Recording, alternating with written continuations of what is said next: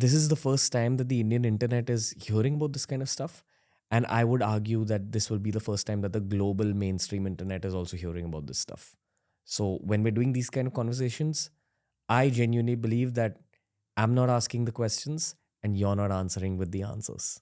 This is just us channelizing a higher energy that wants to be out there for the public anyway. Do you agree? Do you disagree? Yeah, I agree. I think it's great for us to have an opportunity to find a common language and to clear up misconceptions and just get a sense of what is a very naturally hidden tradition. Okay. While you say that it's hidden, is this culture growing in Britain or generally all of Europe now? I think there are an unprecedented number of people globally who are looking into these subjects, who are trying to understand who they are, where they come from, where they're going, what spiritual tools are available for them to pursue. And so inevitably, people are looking for answers that they don't necessarily find in mainstream religions. So the interest in the subject is growing exponentially. And there's also a new opportunity for practitioners who are always very few in number to connect. So the conversations that we're able to have internationally, quietly between people, are creating these new webs of understanding. Gotcha. Okay. I honestly believe, at least when it comes to Tantra, that there's a massive rise of Tantra in India. Even in urban metros, everyone's waking up to it. Lots of people are starting practice. And I would argue that this is happening in the world as well, generally speaking. You know, we were speaking about Celtic culture and Viking culture, but there's also obviously Indian parallels with Greco-Roman culture. The Greek gods, the Roman gods, we have our versions of them back in India. Not that they're prayed too much anymore. Like we have a thunder god who's the equivalent of Zeus. His name is Indra. We have the sun god, Surya. Of all the older gods, Surya is the one that's still worshipped a bit in India. But we have higher deities now that are worshipped more in India, like Kartikeya, Ganesh, Shiva, Hanuman, Durga, Kalima, these deities. I would love to go back into ancient history. This culture that you're following, would you say that it's the tribal faith that existed in England? I think it would be impossible to say that because of the lack of information that we have about those peoples, particularly because they left us no texts. So to give an example, I live in the southwest of England, and the southwest of England is made out of it's got a lot of very hard stone. So granite is like the predominant stone that we have. So where I live, there are stone circles in the landscape. There are standing stones.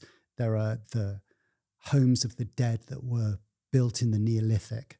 What is the home of a dead? So there's dolmen, which are the graves of the dead. So there are 3 stones and then a capstone placed on top of it, and then these were previously covered with earth. But these objects, these enigmatic objects in the landscape, were not understood in the Bronze Age. They thought that these had been built by giants and fairies.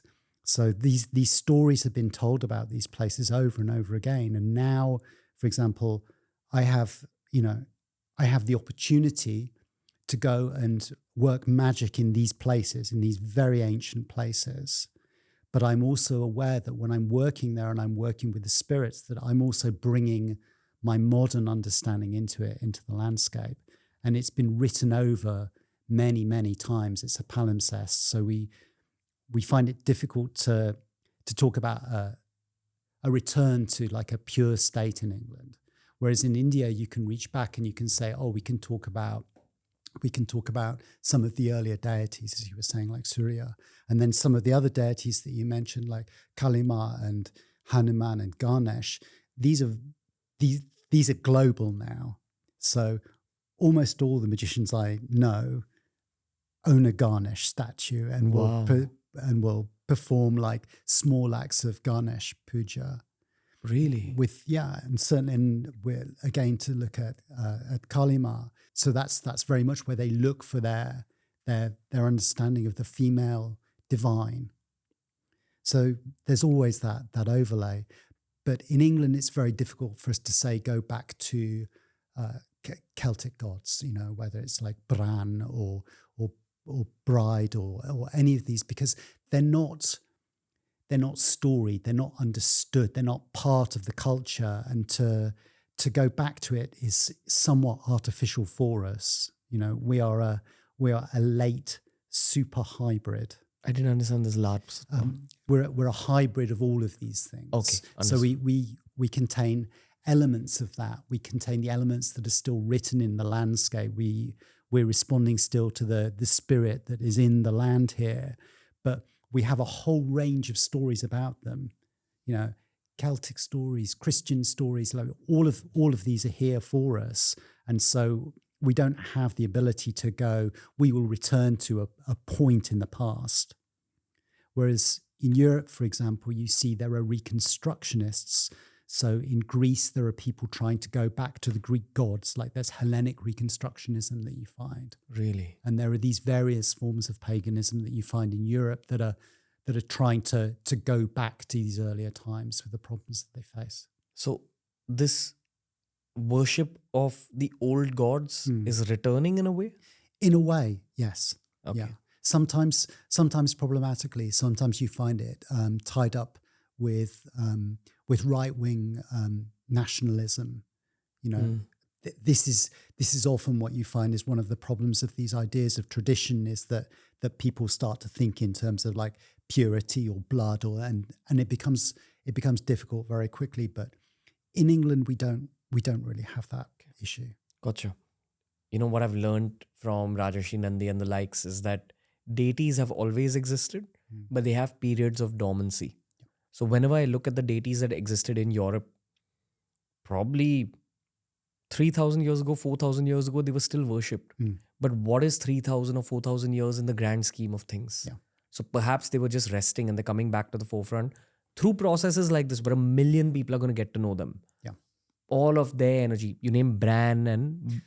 Bride is one of the female gods, or Rhiannon, the horse goddess. But these aren't hugely popular things. This is still like within a very few people who are looking to pursue that path. Okay. For most of us, everything has been written over so many times that.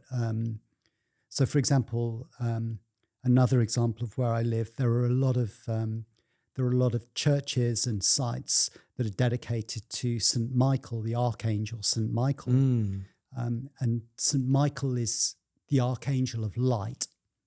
And because we're in the West, that God of light is very important. But there was a God of light before Michael, and that's why people were able to respond to it, because they have this archetype within them. They see this happening in the land, and they simply call it by another name, by a new name. So there are different levels of the history that you can appeal to.